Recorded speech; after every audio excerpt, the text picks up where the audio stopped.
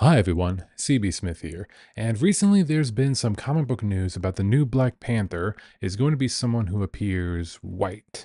And judging from what the panels that have been shown, it looks like he's going to be a new villain for T'Challa to fight against. Now, it looks interesting to me.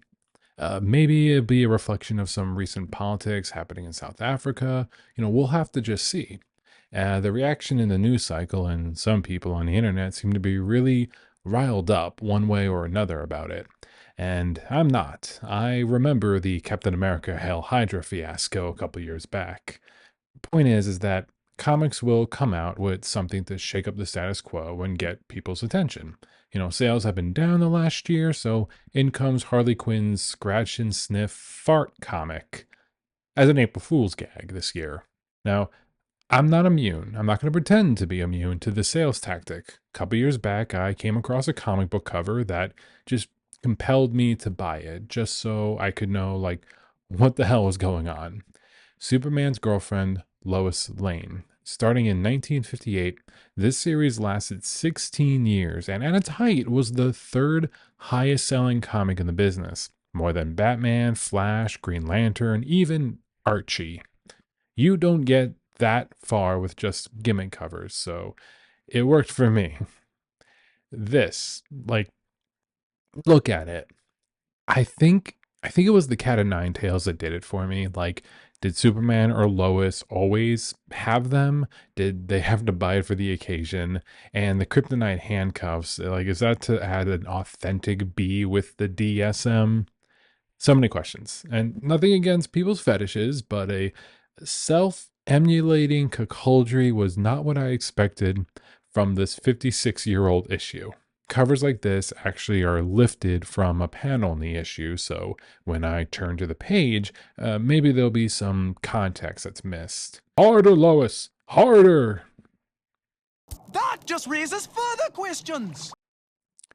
The comic consists of two stories. The first one is where this cover comes from, and it involves an alien that exists in wave form coming down to Earth and possesses Lois Lane as she tries to take a photo of the spaceship that it came down from. Jimmy Olsen is usually the one that takes the photos, but he's busy dying of thirst with Aquaman in the desert, and Superman is taunting them both. That's also a real comic, and yes, I bought that one too. The alien eventually possesses Superman. Now, if you're wondering how someone can just kind of possess Superman, Ed is here to explain that Superman is vulnerable to mental attacks. Thanks, Ed. Whoever the hell you are. Possessed Clark Kent burns the photo of the alien, judges a beauty contest, attempts suicide, the usual. Okay, so where does the cover come from? Lois thinks that they've been possessed by demons, naturally. There's that hard-hitting journalism right there. And Superman devised a plan that only the best Silver Age comic writers could come up with. Number one, wear kryptonite handcuffs to cut off his powers. Two, have Lois whip a Superman doll on the off chance the alien comes to possess the doll and will be trapped. And it frickin' worked. So why did Lois need to whip harder?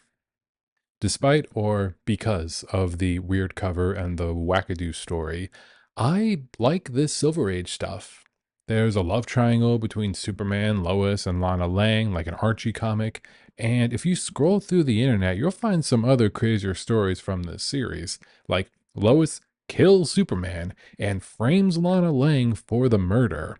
Lois turns herself black for a day to understand racism.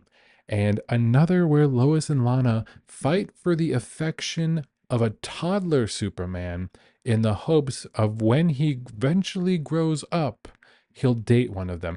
I did not expect super grooming to be in this 50-year-old comic, but here we are. This series was made in the 50s and 60s, and reading it, you do get some casual sexism. The beauty contest segment did not age well.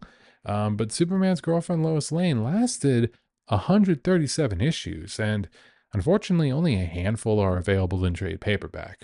Seeing the new Superman trailer got me excited. Seeing Crypto the Superdog gliding in the snow, I'm hoping that there'll be an embrace of some of the more fun aspects of Superman in the new movie. Maybe leave the super grooming in the past, though. And that's all I got today. Stay safe. Remember to whip harder. And as always, take care.